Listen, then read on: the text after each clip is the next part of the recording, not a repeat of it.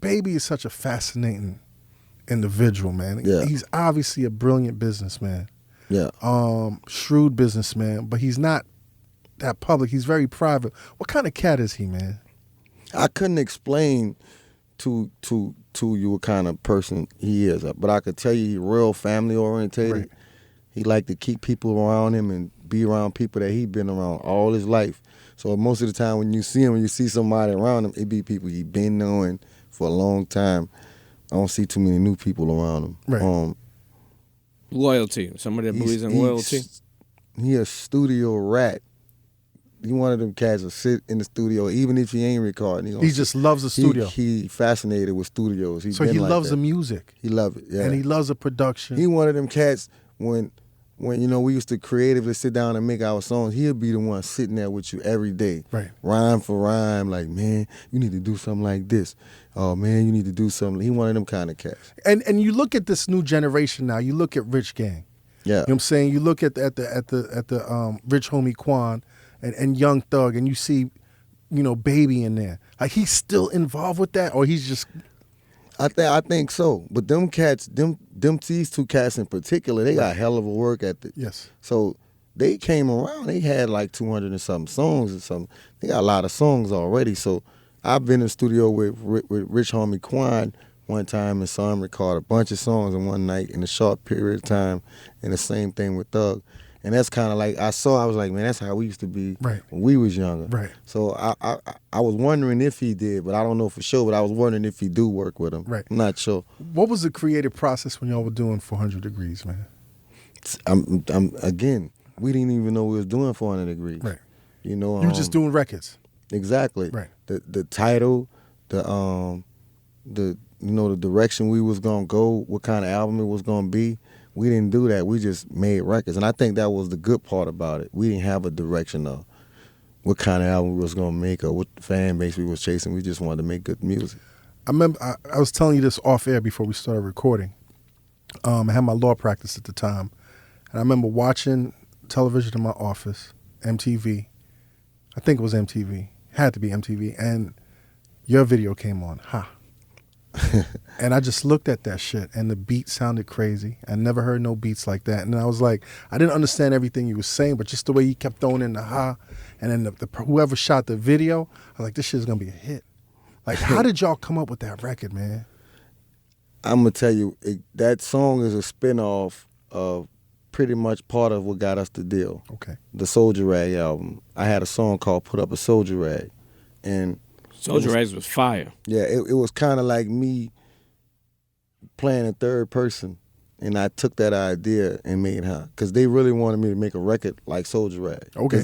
Soldier Rag blew the fuck up. So it was. So they said make a different version of this. They wanted, it was like, man, can you do a record like that? I was like, man, I got to get drunk to do something like that. Like, I really got to be out of my mind. So what was you drinking, man? I was Hennessy'd up. Hennessy'd up? I was in Hennessy in Tennessee. That's where I was at. And that track, though, that track.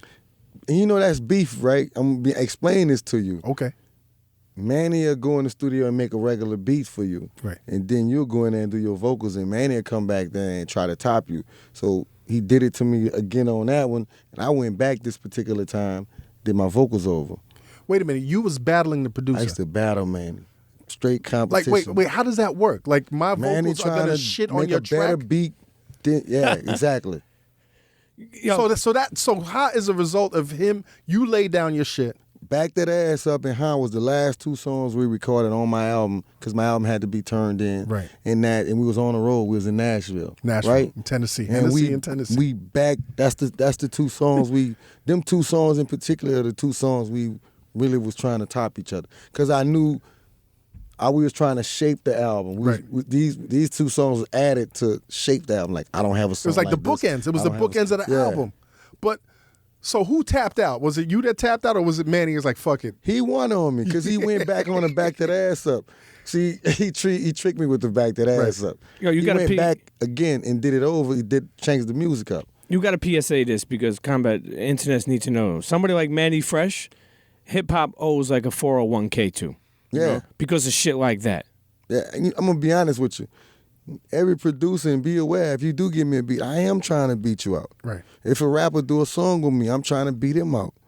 That's just the nature of the business. So why do a song with him if I'm not trying to beat you out? I'm trying to get your ass on every aspect. I want when a song as it ends, should be. Juvie killed that motherfucker. As it that's should how be. I feel.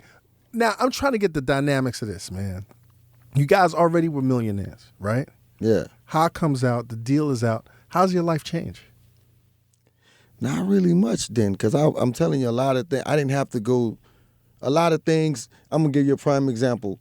We went on the road with we went on the road with. First we did a solo tour. Then we went on the road with the Rough Riders. Mm-hmm. How was that? We came up here and they had Benzes and stuff like that. And I'm trying to shit on them, right. But they had their Benzes, right? When we got to the South, like at the end of the tour and shit, we went to the Cash Money Mansion, and I just so happened to be over there. I was over there like all week. So I had like 6 cars parked there. They was walking down like, damn, who these cars for? Like, damn. Like, man, all these cars is for Juvie. Yeah. Like, all this shit is for Juvie. Everything yellow, lined up, you know what I'm saying? Yellow's your shit? Yellow Hummer, yellow Viper, yellow Benz, all that shit. Just like I said on the song. So, it was like, I wasn't trying to flex on them. My right. whole thing was, man, we've been collecting these cars long before we got the deal. Right. So I ain't really had to do too much. I right. had a house, all that shit already. So and bills paid everything. Yeah, I was good. So Hot Drops, it's starting to it's making an impact. But you talked about coming to New York and the record was out, nobody knew who you was. Man, listen, I came to New York, walk up and down the street, everywhere. We was by the Coliseum in Queens. In Queens. Walking up and down the street, right. smoking and everything. Nobody knew who I was. Right. And my album was out, the song was out. Nobody knew who I was. But they knew, and that was a big difference because back home, that was the weird. Everybody knew who you was, right? I couldn't move in Atlanta. Right. Like if I get out they rush me in Atlanta. At back home, Houston, same thing, but up there, they didn't know me, man. How'd that feel, man? Was it a good feeling? Like I could breathe, or was it like, damn, I feel like pissed. a bum? I was pissed. I wanted everybody to know me. I was telling people who I was, man. I'm Juvie. Hey, man. You remind me of like Combat in the elevator in A3C. You know, I remember when we just started the show a couple years in, we were in the elevator, and he was like, "You ever heard of the Combat Jack Show?" And they're like, "Nah." And then next year, he was like, "You ever heard of the Combat Jack Show?" And then after that, like people were like, "Oh, that's my shit." You know, people started taking pictures with motherfuckers, like, you know. That's how it should be, man. And then how did Jay-Z get on? How did he get on the remix? Because that's when it was like, not saying that Jay-Z crowbarred y'all into New York, but he damn near put his fingerprint on like that. Shout out to my dude Envy, man. Envy was, I pay attention to things. Envy was one of them cats that was just on it. DJ early. Envy. DJ Envy. Yes. He was on it early, and he convinced Flex to listen to it. And what do you mean, like Flex wasn't trying to listen to it at first? Or? I don't think Flex was. Right. I don't know if Flex just liked it the first time he heard it. I don't know if he probably liked it the first time, but I know Envy was the cat had the record first. And man, matter of fact, he didn't know because we went to Flex first. Right. I'm thinking about it, and the next time we came back, Flex was like, "Yo, I apologize." He's like, "I'm sorry. Shit. I'm sorry. I didn't know, man. Right. I didn't know. Yo, Cash Money, just dropping bombs and playing it back to back." The next time I came up here, and then when we got back home, we hear about Jay-Z doing the record. I'm like, "What?" Boy, man, we was Jay-Z'd out down there. And it was fresh. He was just starting to blow up down bottom. Right. So it was real fresh. And he was raw back then. Yeah. So this do-rag Jay. Yeah. Just go in and just spit. Right. Ain't write nothing. Just off the dome. So you heard he was doing it? Or Man, I ain't know nothing until I heard it. Okay. And it's people that I knew from up here calling. Yo, Jaden, man, it's over, man. I'm telling you, it's over. I'm like, what, man? What's over? He said, man, I'm telling you, man, Flex dropping bombs on it right now. He said they've been playing it for 30 minutes. I said, man, you lying. He said, man, I'm telling you, man, you're going to have to come back up here. Like the next week, Flex was calling to get me in the tunnel. Right. It's like, that's damn. crazy. When you first heard that version, man, what was your reaction? I was tripping off it. He gave me a shout out. Oh man, you know I had that on major blast in the car with the top down, riding every part of New Orleans. Mel for me, Magnolia, Loud. He's like, that's Jay on there. You know messed up that's the Jay, joint, right? Juveniles and Jiggers. Yeah. Yo, Cheer. and then you come back to New York, it's a whole different thing. When you came back to the tunnel, It's crazy. It's off the chain. Snatch getting thrown at you. Now they telling me, man, you performing in the tunnel?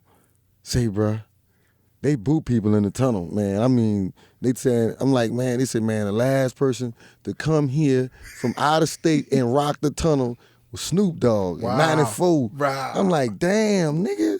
They said, yeah, man, we don't know about the tunnel. So wait, who's telling you this? man, everybody. Right. Cats, like cats who fans who saw the video, they walking up. They're like, man, you doing the tunnel? I don't know about that tunnel. Man, what you singing? Like, they was concerned about what I was singing. Right. It was like, man, you better sing Han, and you might start it off with Han. Nigga, I think this the only song I sung, nigga. Those niggas took their shirts off and everything in that bitch. We was crazy, Hennessy man. out wilding in there all Crazy, night. man. Good for you, man. I made it, though. I'm glad I did make it.